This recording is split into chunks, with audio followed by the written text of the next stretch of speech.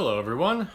I know that I'm flying through these really fast, but I figure you can watch these at your own pace. I started a playlist for all of these Church Blow rewatch videos so that they don't get lost in the shuffle. Alright, so we're at the point where shit starts to go crazy. Number 30, Underprepared.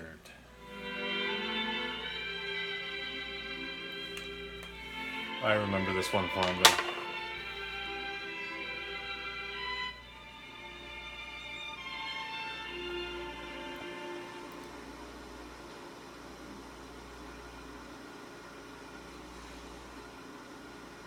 Hi, I'm Reverend Cornelius Blow. Welcome to my church.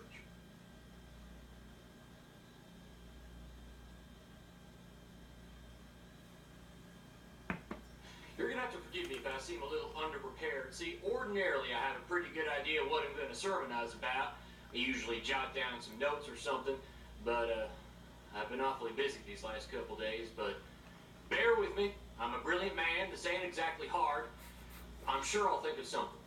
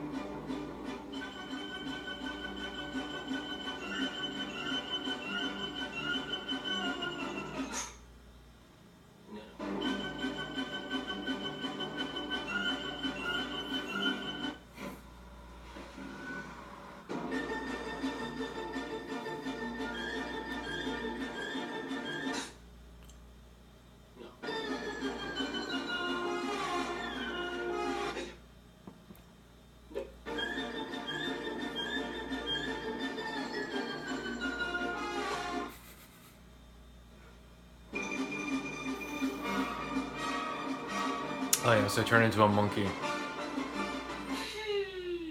No. Nope. John doesn't.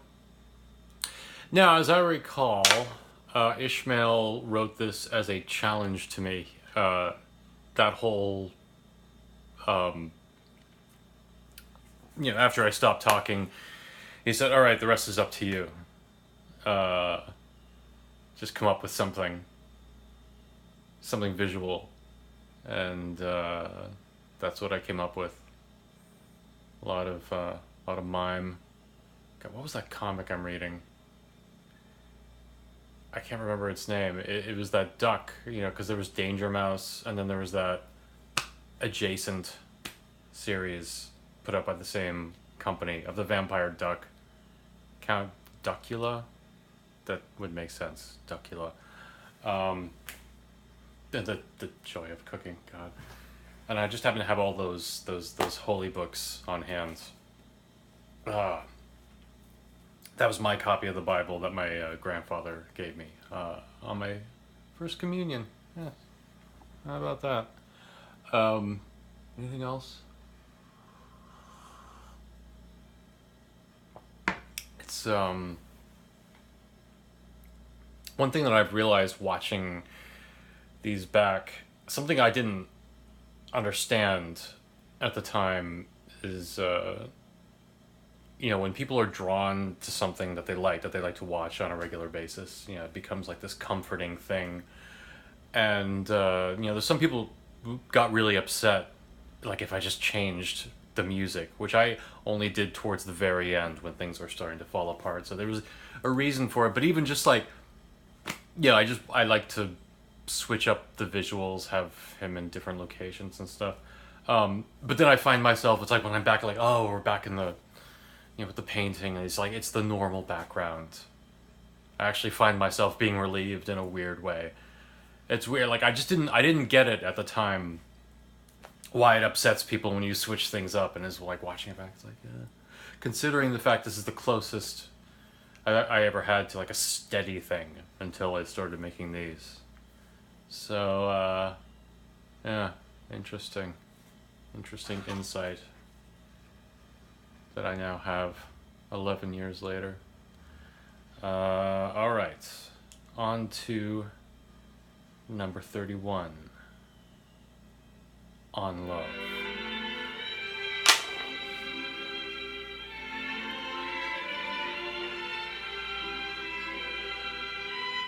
Hi, I'm Sex on a Stick. You want it, and you know you want it. What? A lot of people have been asking me these days, Cornelius, what does the Church of Blow have to say about love? And I say to these people, don't call me Cornelius, I'm a freaking reverend. Show some respect, why don't you? But it's an interesting question, and I much prefer to all the questions about the lizard monsters. Look, stop asking me about the lizard monsters. I can get in serious trouble if they know I'm onto them. Pretty sure I'm already being staked out by government agency. Yep, they're still there. They disguise themselves as small children and pretend to be playing in the street. But old Cornelius is one step ahead. Always one step ahead. Just about every religion will tell you they're in favor of love. Well, I once met a Catholic who said love was just a miserable lie, but I don't think that's an official Vatican teaching. I think he was just depressed. I think his girlfriend had just left him. Or he was a Morrissey fan. I forget the details now. At the Church of Blow, we're all in favor of love, too. Just not in public. I don't like that. You see all these couples holding hands in the park and laughing in the springtime when the sprinklers go off and they get drenched. It's like an advert for a sanitary towel. Or you see couples kissing their goodbyes on train station platforms. The other day I was having my lunch and there was this middle-aged couple canoodling a couple tables down, just joking and giggling and fondling. Ew, look at us! Don't you just love how happy we are? Yeah, I'm so happy for you people I could just vomit with joy. Had to leave my burger in the end. Hate wasting a burger. So at the Church of Blow we say love is great, makes the world go round, just don't force it down single people's throats. It's not nice. Now a lot of people have been asking me, Cornelius, what is the Church of Blow's position on homosexuality? Are gay people welcome in the Church of Blow? Oh.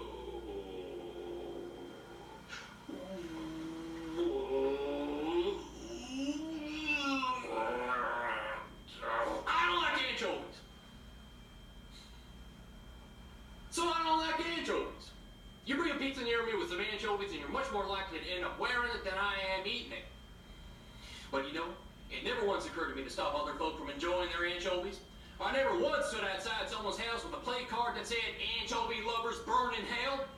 What do I care so long as you don't bring the salty bastards anywhere near me? And that's the Church of Blow's position on homosexuality.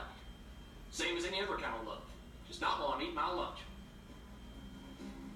Yeah, you're still out there. You're bouncing around some ball-shaped electronic listening device. I'm gonna get my shotgun.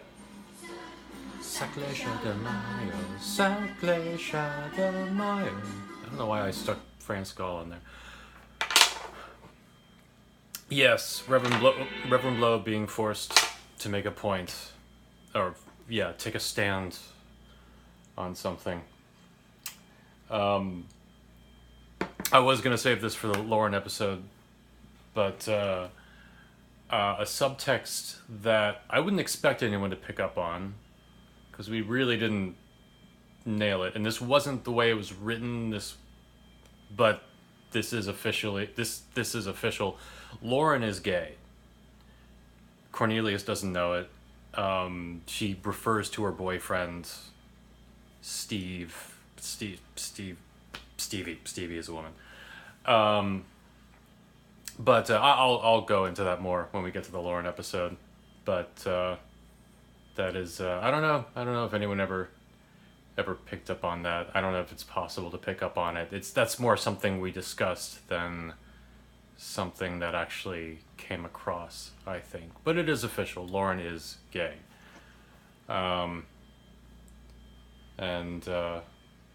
Yeah, it's no wonder she doesn't,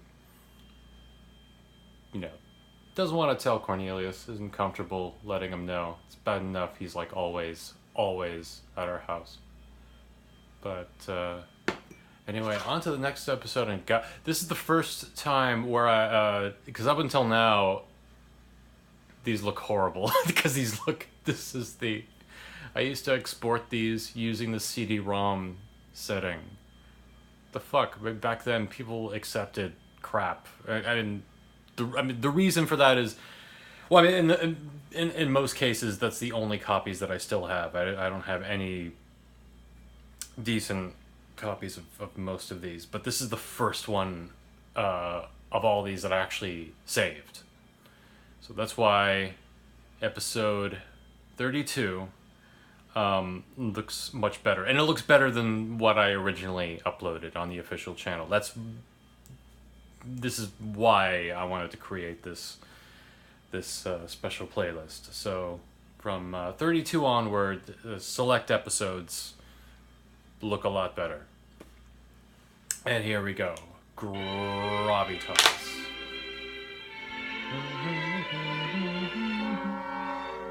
Whoa.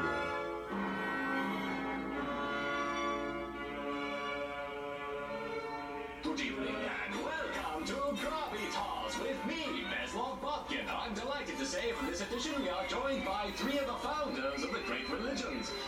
Sid Arthur, also known as Shakyamuni Buddha, or to the wider world, simply Buddha. I'm Mark Shayer. I only need one name. Very good. We're also joined by Reverend Cornelius Blow, founder and leader of YouTube's fastest growing religion, the Church of Blow. I'm Reverend Cornelius Blow with my church. And last but by no means least, a photograph of Jessica Lee Rose, the Kiwi actress known to sad internet junkies everywhere as Bree. Good evening, Jessica. May I say you're looking lovely tonight. Yes. Perhaps we can start with you, Reverend Blow. What are your thoughts on Thomas Aquinas' rejection of ontological proofs as a method of determining the existence of God? He doesn't understand a word you just said. Charlatan, fraud.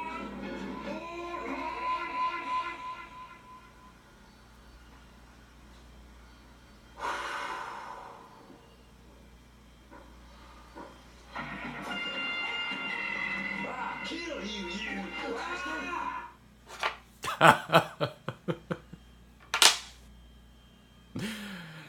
Man, this one was so much fun to just drop on people. I don't know what they made of it at the time, because this is the first one that just breaks the format where, you know, it's not just a guy sitting and talking to the camera, and that animation, which I did myself, but the design, that character, I took directly from. Wait, I might even have the book here. Somewhere. I have a history book of animation. It's from, what is it? It's the first UPA cartoon. Gerald McBoing Boing. That's what it is. It's the Dr. Seuss. It's like one of the. It's the first UPA cartoon, so it's like, you know, limited animation, but beautiful. It's a beautiful style to it. But I think it's Gerald's father. If you Google Gerald McBoing Boing and you see the father, that's the host of Gravitas. And I think that's not the way it was. I forget how it was written. I mean, again, this was me again. Like, I was in the middle of nowhere. I'm in the Maine woods. Had no access to any other actor to do this thing, so I said, I'll just make him a cartoon. And I just opened up my books. I'll just make it this guy, and made it Gerald McBoing Boing's father. And Buddha. It's interesting. It's like I don't know.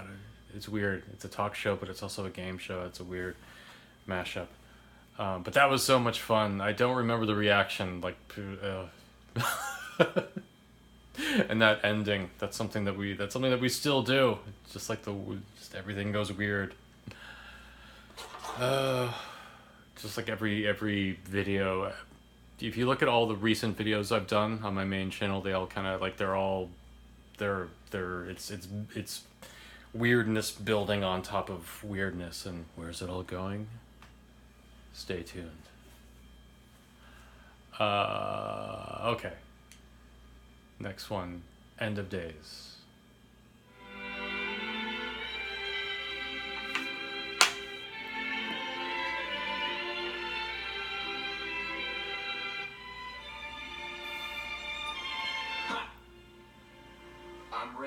Cornelius Blow. Welcome to my church. Things have been getting a little weird lately, and I'm not sure I like it. So I'm just going to get back to basics and deliver a perfectly normal sermon. Just me, y'all, and the camera. The proper YouTube way. I've had a great many strange visions lately, but luckily I am blessed with the gift of Neuromancy. That's the interpretation of dreams for you folk. And I know what messages these visions have been trying to tell me. One, the end of the world is coming, and I have to prepare my congregation for this eventuality, getting as many of them in the below heaven as I possibly can. And two, I had to burn the Buddha. Nobody takes offense at this. I forgot It ain't about my that. habit to go around burning religious icons. And no, I am not making fun of the Buddhists. It's just that, well, he's the only one that bit me. So with the Buddha gone and the end of days approaching, I'm still here.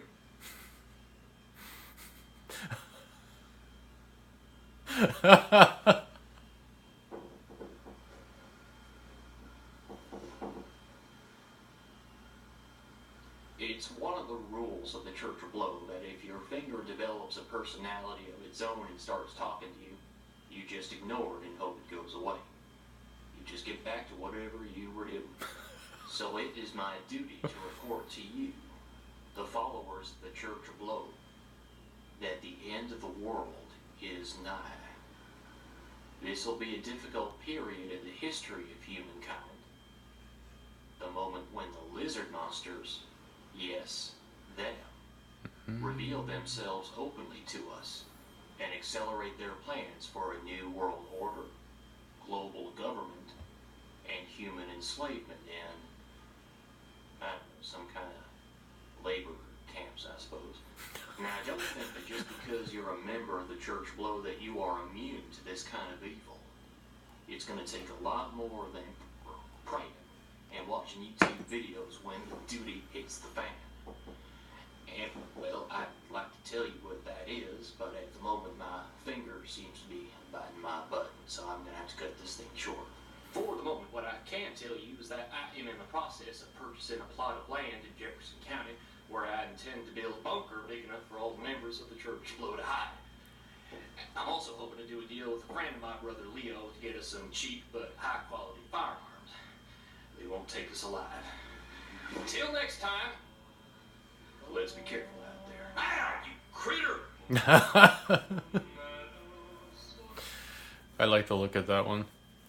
That's where I always grab the screenshots whenever I needed a visual from the series. The Carpenter's Son. Hi, I'm Reverend Cornelius Blow, and today, you're gonna meet my You dad. can see Salvador Dali in the background. This is my father. He's a reverend too. My actual No, father. I'm not. Oh, come on now, Dad. Tell him about the Church of Blow Senior. There is no Church of Blow Senior. There is no Church of Blow. There is just you, that camera, my camera, and whatever brand of insanity is you inherited from your mother's side of the family.